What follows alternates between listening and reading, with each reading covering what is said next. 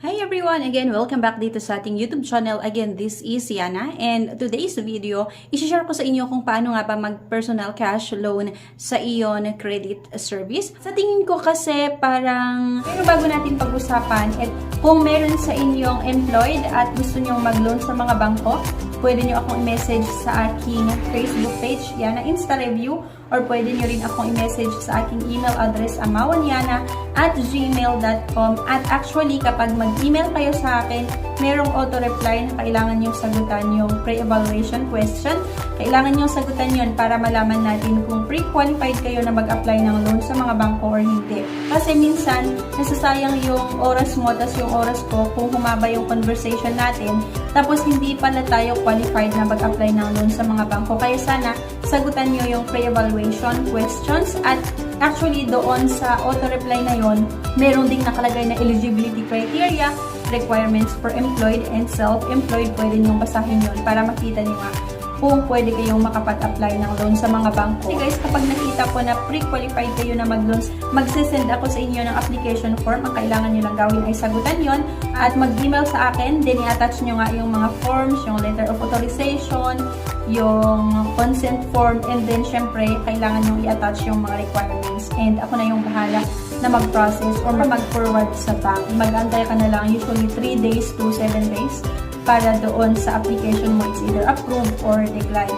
At doon naman sa aking Facebook page, kapag pumunta kayo sa message, meron kayong makikita doon na questions for pre-evaluations, meron kayong makikita na requirements for employed, requirements for self-employed, at yung eligibility criteria or qualifications. I-click nyo lang yung mga yon para mabasa. At kapag sa tingin mo qualified ka naman or may mga requirements ka at pumasa ka sa mga salary requirements, sa edad, sagutan nyo yung pre-evaluation questions para kapag nakita ko na pre-qualified kayo na mag-loan sa mga bangko, hihingin ko yung email nyo and then mag-email ako sa inyo ng application form. Same lang din, kailangan nyo sagutan yung application form and then mag-reply sa email ko at i-attach yung mga nasagutan nyo na form, yung letter of authorization at yung consent form at kasama yung mga requirements na hinihingi at ako na po yung bahala na mag-forward sa mga bangko. Let's get back to the topic. Si Aon ay para siyang si Home Credit. Meron din silang in-offer na personal cash loan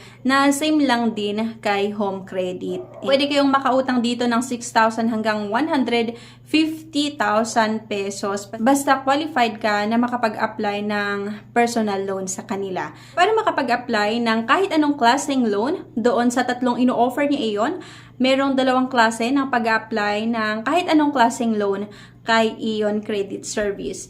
Pwede kayong pumunta mismo doon sa mga partner store nila and mag-passes kayo doon sa mga sales promoter nila. At pwede rin naman na i-download nyo lang yung app ni Ion sa Google Play Store. Mag-sign up, syempre, at i-process nyo yung application nyo sa pamamagitan ng kanilang app. Magfo-focus tayo doon sa personal loan na ino-offer ni Aon kasi yung furniture loan and yung appliances loan ay hindi naman ganun kailangan talaga. Usually, ang hinahanap talaga natin ay kung saan tayo makakahiram ng pera. Si Aon nga ay pwede tayong makahiram ng 6,000 hanggang 150,000.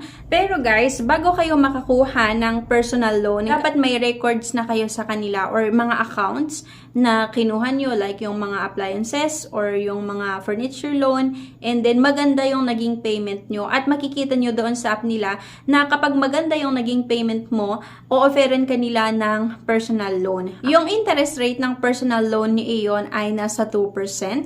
At yung available na payment terms ay 6 months hanggang 12 months. At aside from the 1,000 processing fee, there are other fees involved in process your Aon personal loan application. The processing fee will be deducted from your total cash loan amount. Meron silang processing fee pero hindi naman siya ganun kalaki. Paano nga ba mag-personal cash loan kay Aon? Open ito para sa mga employed and self-employed pero para nga lang ito sa mga good paying customers nila with Finish accounts. Yung requirements lang kapag gusto mong mag-apply, kapag ikaw ay isang empleyado, kailangan mo lang makapag-submit ng company ID at isang valid government ID at syempre dapat merong proof of income like yung payslip and then POB or proof of billing. For example, yung water bill, electric bill, or pwede rin yung mga internet bill. Kapag ikaw naman ay isang self-employed, dapat lang meron tayong 2 valid government ID, yung proof of billing, yung electric, water, or internet bill, at dapat din meron tayong maipakita na proof of income. It's either yung DTI registration, business permit, or 3 months bank statement. Ito yung process. Number 1, kailangan yung pumunta sa office mismo ni Aon and hanapin yung loan officer nila at magtanong kung paano mag-apply. At number 2, kailangan yung sagutin yung ilang katanungan ng loan officer ni Aon doon sa branch nila or sa office nila at kailangan yung mag-submit ng requirements. At number 3, once na nakapag-submit ka ng requirements, kailangan mo lang antayin yung text or SMS regarding nga doon sa status ng application mo. Number 4, kunin mo na yung cash. So, mabilis lang naman yung process ng application mo. Hindi siya inaabot ng mga ilang araw. Kung wala kang oras na pumunta doon sa branch ni Aon, pwede nyo rin i-download yung app nila via sa Google Play Store nga. At mag-apply, piliin nyo lang yung personal loan. Sagutan nyo lang yung form at syempre ibigay nyo yung requirements.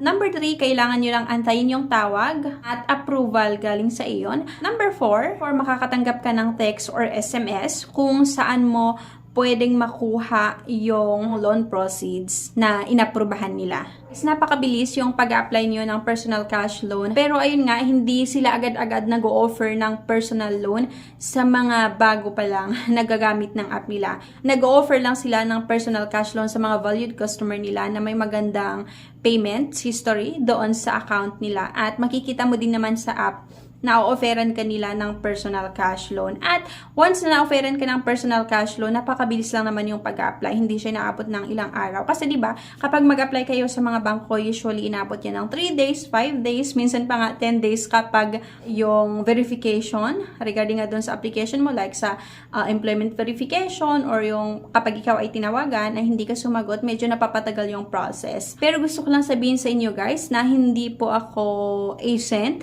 ni Aon. Bali, sinare ko lang sa inyo. Para if in case na ginagamit nyo yung app nila at may magandang payments naman tayo, pwede nyong i-check. Baka isa kayo sa inofferan ni Aon na pwedeng makapag-apply sa kanila ng personal loan.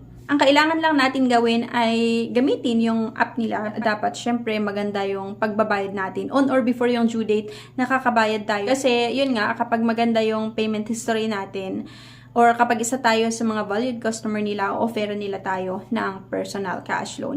So anyway guys, thank you for watching. At gusto ko lang sabihin pala na if in case may mga gustong mag-apply ng personal cash loan sa mga bangko, it's either employed ka or self-employed, pwede ko kayong i-assist. I-message nyo lang ako sa aking email address, amawanyana@gmail.com, or pwede nyo rin akong i-message sa aking Facebook page, Yana Insta Review. So anyway guys, thank you for watching. Please don't forget to click the subscribe button. Please like this video at sana pag-share nyo na rin sa kakilala nyo.